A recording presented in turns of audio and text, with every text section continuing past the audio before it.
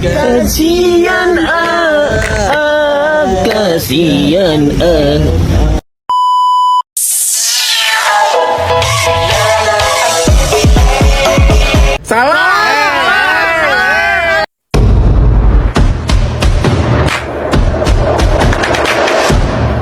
Assalamualaikum warahmatullahi wabarakatuh. Waalaikumsalam warahmatullahi wabarakatuh. Baiklah, di sini kami akan mempresentasikan hasil proyek kami, yaitu yang disusun dari Feby Febiola Lestari Sembiring dengan NIM 2300313. Yang kedua Intan Aisyah dengan NIM 2300322. Yang ketiga yaitu Miftahul Huria dengan NIM 2300325. Yang keempat yaitu Nafila Ridho Anggraini dengan NIM 2303026. Baik, tanpa memperpanjang waktu, materi pertama yang akan dibacakan oleh Nafila. Kepada Nafila dipersilahkan.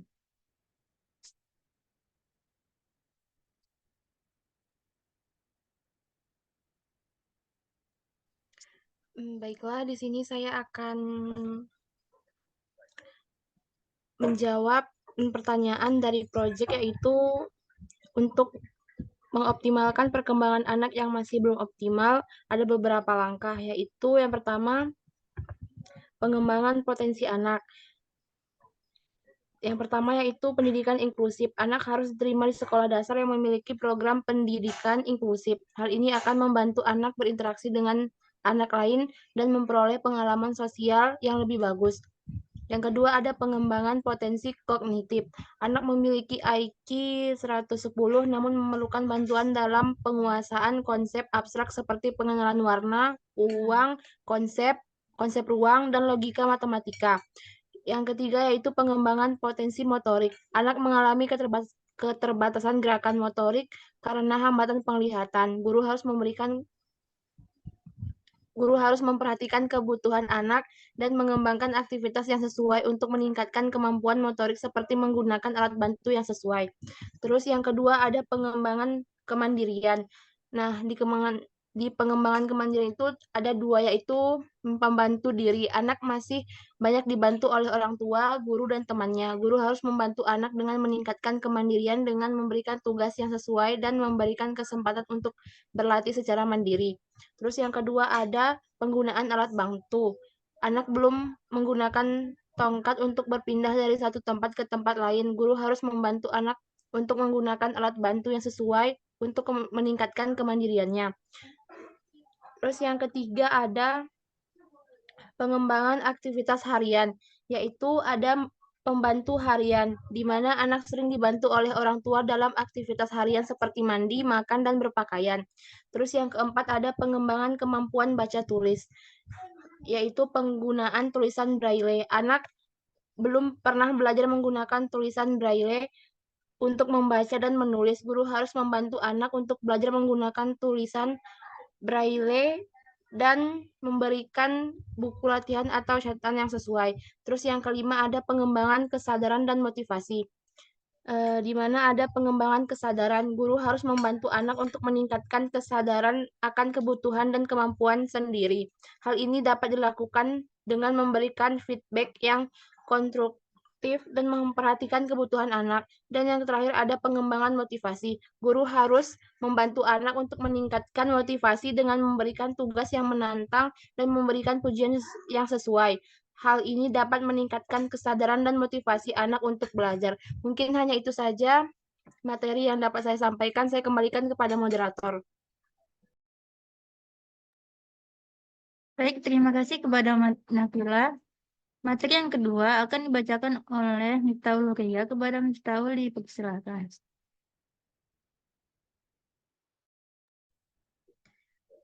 Baik, saya akan membacakan materi yang kedua, yaitu uraikan kebutuhan layanan kompensatoris untuk meningkatkan kemampuan orientasi dan mobilitas anak, serta meningkatkan kemandirian anak dalam keseharian.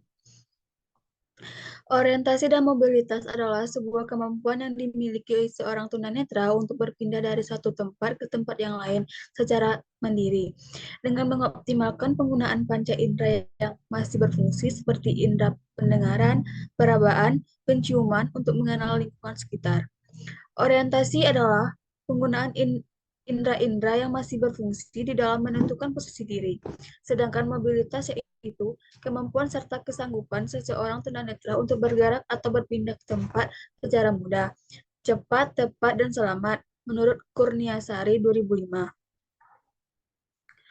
Orientasi dan mobilitas sangat penting untuk tunanetra karena mereka akan berinteraksi dan berkomunikasi dengan lingkungannya.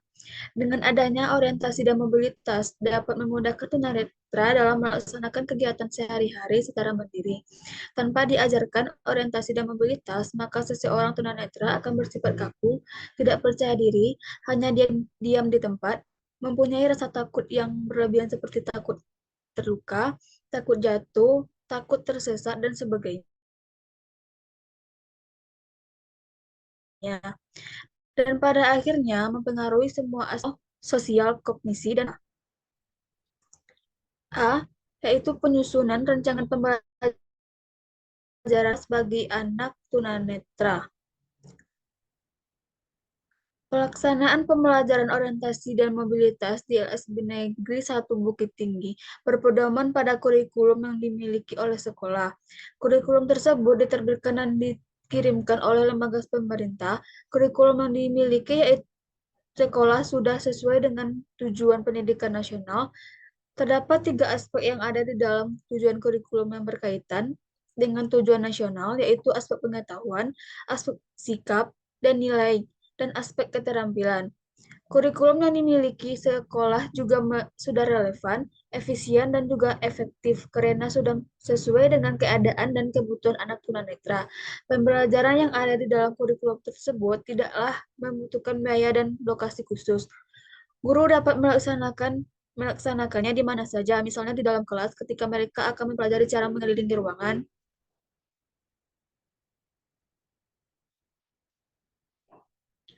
dan lorong sekolah ketika hendak mencobakan teknik melindungi diri dengan memanfaatkan lingkungan sekolah yang ada, maka pembelajaran orientasi dan mobilitas dapat terlaksana dengan baik, sehingga hasil pembelajaran pun bisa sesuai dengan yang diinginkan.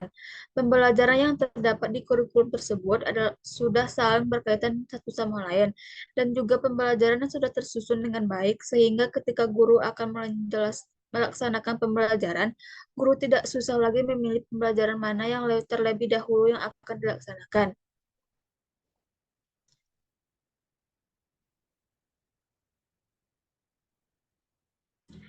Eh, yang ke yang B adalah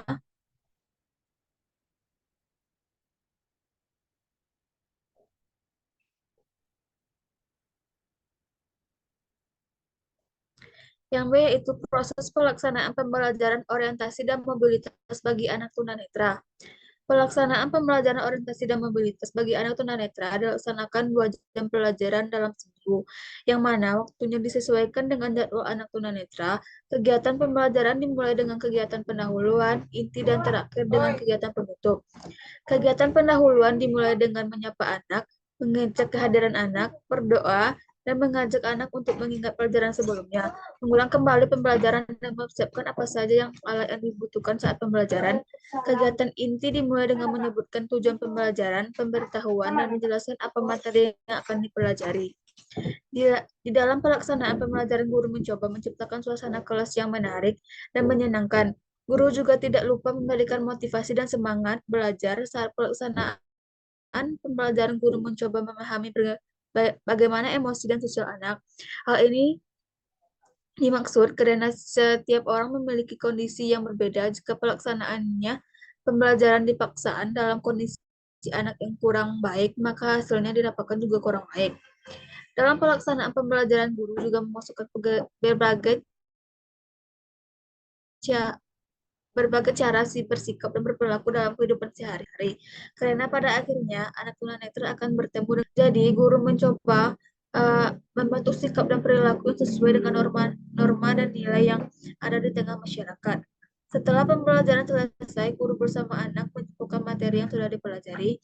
Pada kegiatan penutup, guru menanyakan kembali kepada anak mengenai pembelajaran yang telah dipelajari. Kemudian setelah itu melakukan penilaian dari hasil pembelajaran orientasi dan mobilitas. Penilaian yang dilakukan guru biasanya secara tertulis dan tes, perbuatan dan atau praktek langsung. Setelah itu, guru meminta anak untuk mempraktekkan pembelajaran tersebut di rumah. Hal ini dimaksudkan agar anak lebih menguasai pembelajaran orientasi dan mobilitas. Kemudian guru memberikan gambaran kepada anak materi apa yang akan dipelajari untuk pembelajaran selanjutnya. Pelaksanaan pembelajaran adalah sebuah interaksi antara guru dengan peserta didik untuk memberikan suatu pembelajaran kepada peserta didik dan untuk mencapai sebuah tujuan pembelajaran. Kegiatan pembelajaran orientasi dan mobilitas dilaksanakan menjadi 3 bagian, yaitu kegiatan pendahuluan, kegiatan inti, dan juga kegiatan penutup. Menurut Perda 41 tahun 2007, proses pembelajaran dibagi atas kegiatan pendahuluan, kegiatan inti, dan juga kegiatan penutup. Menurut Suryo Subroto 2002, pelaksanaan pembelajaran dibagi menjadi 3 tahap, yaitu yang pertama yaitu tahap pra-instruksional. Tahapan ini dilaksanakan ketika akan memulai pembelajaran atau bisa disebut juga dengan kegiatan pendahuluan. Isi dari kegiatan pendahuluan yaitu bertanya bagaimana kondisi peserta didik dan mencatat kehadiran peserta didik, menanyakan kepada siswa tentang pembelajaran terakhir, memberikan kesempatan kepada siswa untuk menanyakan mengenai materi pembelajaran sebelumnya yang masih belum terpenuhi, bertanya kepada siswa tentang materi yang sudah diajarkan, sedikit mengulang pembelajaran sebelumnya. Yang B, tahap instruksional. Tahap instruksional adalah tahapan yang dilakukan saat memberikan materi pembelajaran atau bisa disebut juga dengan kegiatan inti, yang mana isi dari kegiatan inti yaitu yang pertama menjelaskan kepada peserta didik tujuan dari pembelajaran yang akan dipelajari, menyampaikan materi apa saja yang akan dipelajari. Guru bersama siswa membahas materi yang telah diajarkan guru ataupun yang ditulis oleh guru. Pada setiap materi yang diberikan, sebaiknya contoh, pertanyaan, dan tugas. C. Tahapan evaluasi. Tahapan evaluasi adalah tahapan yang mengetahui apakah kegiatan instruksional atau kegiatan inti berhasil. Tahapan evaluasi biasanya disebut juga dengan tahapan penutup. Isi dari kegiatan penutup yaitu yang pertama melaksanakan tanya jawab mengenai materi yang sudah diajarkan. Yang kedua, apabila materi yang sudah diajarkan guru belum bisa dijawab oleh peserta didik kurang dari 70%, maka guru harus mengulang kembali materi pembelajaran. Yang ketiga, untuk memperbanyak ilmu pengetahuan peserta didik tentang materi yang sudah diajarkan, guru bisa memberikan beberapa tugas atau PR. Yang keempat, setelah selesai, guru menyampaikan materi yang akan dipelajari selanjutnya. Baik, hanya itu yang dapat saya sampaikan. Saya kembalikan ke moderator.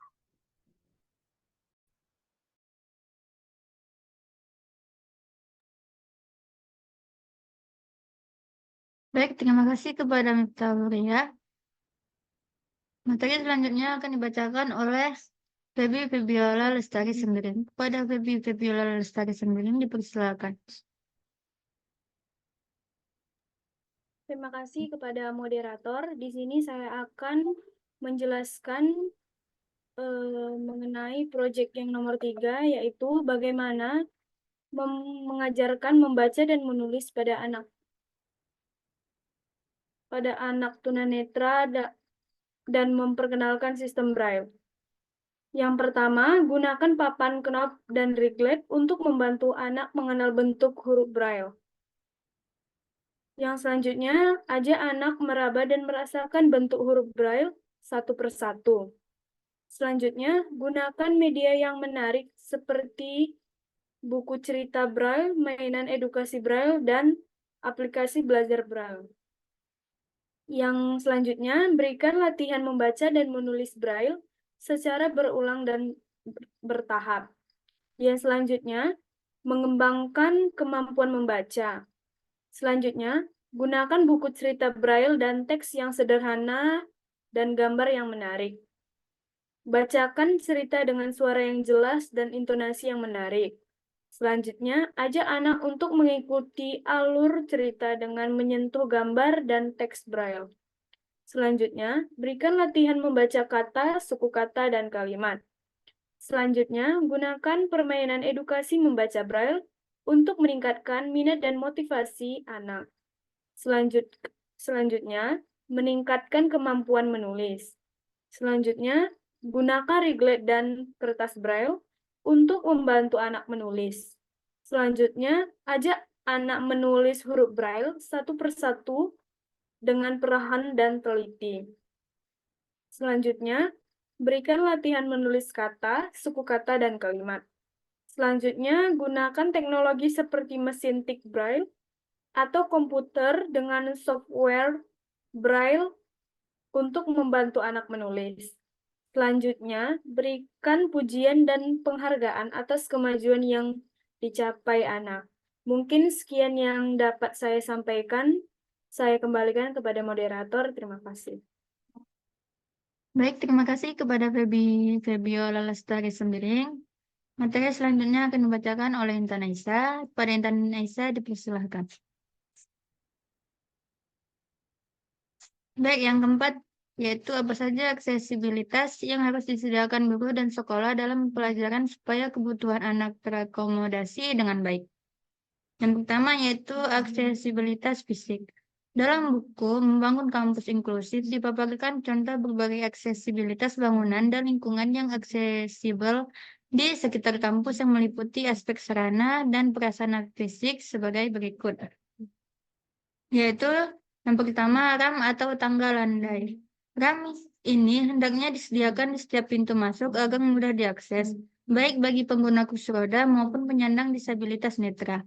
Yang kedua yaitu lift atau eskalator. Sarana ini penting untuk disediakan apabila gedung memiliki lebih dari satu lantai. Yang ketiga yaitu pintu otomatis dengan sensor gerakan untuk membuka dan menutup secara otomatis. Yang keempat yaitu toilet khusus. Toilet ini memiliki ruangan yang lebar agar dapat digunakan oleh pengguna kursi roda dan memiliki kloset duduk yang dilengkapi rail pengaman agar mereka bisa berpegangan. Yang kelima yaitu ruangan atau kamar dilengkapi dengan label nama atau nomor dalam huruf Braille. Yang keenam yaitu perbedaan landmark untuk menjadi identitas sebuah gedung atau ruangan. Yang ketujuh yaitu parkir khusus. Yang kedelapan yaitu keamanan lingkungan, meliputi saluran air atau got yang tertutup dan lantai yang tidak licin atau basah. Selanjutnya terkait aksesibilitas fisik lainnya yaitu aksesibilitas transportasi. Terdapat peraturan nasional berupa Keputusan Menteri Perhubungan nomor KM 71 tahun 1999 mengenai aksesibilitas bagi penyandang cacat dan orang sakit pada sarana dan prasarana perhubungan. Dalam regulasi ini, pemerintah mewajibkan sarana dan prasarana angkutan untuk dapat memenuhi standar aksesibilitas bagi penyandang disabilitas dan orang sakit. Sarana angkutan yang dimaksud adalah moda transportasi darat, laut, dan udara, yakni kendaraan bermotor, kereta api, kapal, dan pesawat udara. Sedangkan prasarana angkutan adalah peranan untuk menaikkan dan menurunkan orang dan atau barang di tempat kedatangan atau pemberangkatan yang terdapat di terminal, stasiun, pelabuhan, dan bandar udara. Aksesibilitas yang harus disediakan guru dan sekolah untuk pelajaran anak tunanetra. Berikut adalah beberapa aksesibilitas yang harus disediakan oleh guru dan sekolah dalam pelajaran anak tunanetra supaya kebutuhan anak terakomodasi dengan baik. Yaitu yang pertama bangunan dan fasilitas. Rambu dan jalur khusus tunanetra dengan tekstur yang berbeda untuk membangun navigasi. Yang kedua yaitu pintu yang mencakup lebar untuk dilalui kursi, roda, dan tongkat. Toilet yang mudah diakses dan dilengkapi dengan pegangan tangan, ruangan kelas yang cukup terang dan bebas dari rintangan, lantai yang rata dan tidak licin. Yang kedua, alat bantu mobilitas, tongkat putih, anjing pemandu, dan kursi roda. Yang ketiga yaitu informasi dan komunikasi. braille untuk membaca dan menulis, perangkat lunak pembaca layar untuk mengakses komputer, penerjemah bahasa isyarat untuk komunikasi dengan guru dan teman sekelas, materi pelajaran dalam format yang dapat diakses seperti cetakan besar, braille, atau audio. Aksesibilitas kurikulum, guru yang terlatih. Yang pertama, guru yang terlatih. Guru harus memiliki pengetahuan dan keterampilan diperlukan untuk mengajarkan anak tunanetra. Guru harus mampu menggunakan alat bantu dan teknologi yang sesuai. Guru yang harus mampu beradaptasi dengan gaya belajar individu setiap anak. Yang kedua yaitu kurikulum yang sesuai. Kurikulum harus disesuaikan dengan kebutuhan individu anak tunanetra. Materi pelajaran harus disajikan dalam format yang dapat diakses. Penilaian harus adil dan mempertimbangkan kebutuhan anak tunanetra. Aksesibilitas sosial. Aksesibilitas sosial terbagi dari beberapa, yaitu lingkungan yang inklusif. Sekolah harus menciptakan lingkungan yang inklusif dan ramah bagi semua siswa, termasuk anak tunanetra. Guru dan staf harus sensitif terhadap kebutuhan anak tunanetra. Yang ketiga yaitu teman sekelas harus didorong untuk berinteraksi dan berteman dengan anak tunanetra. Peluang untuk beradaptasi. Anak tunanetra harus diberi kesempatan yang sama untuk berpartisipasi dalam kegiatan sekolah seperti anak lainnya. Sekolah harus menyediakan program dan kegiatan yang sesuai untuk anak tunanetra. Anak tunanetra harus didorong untuk mengembangkan kepemimpinan, keterampilan sosial mereka. Selain aksesibilitas di atas, penting juga untuk diingatkan bahwa setiap anak tunanetra memiliki kebutuhan yang unik. Oleh karena itu, untuk bekerja sama dengan anak dan orang tua untuk mengembangkan rencana pendidikan yang memahami kebutuhan individu anak. Materi yang kedua yaitu aksesibilitas non-fisik.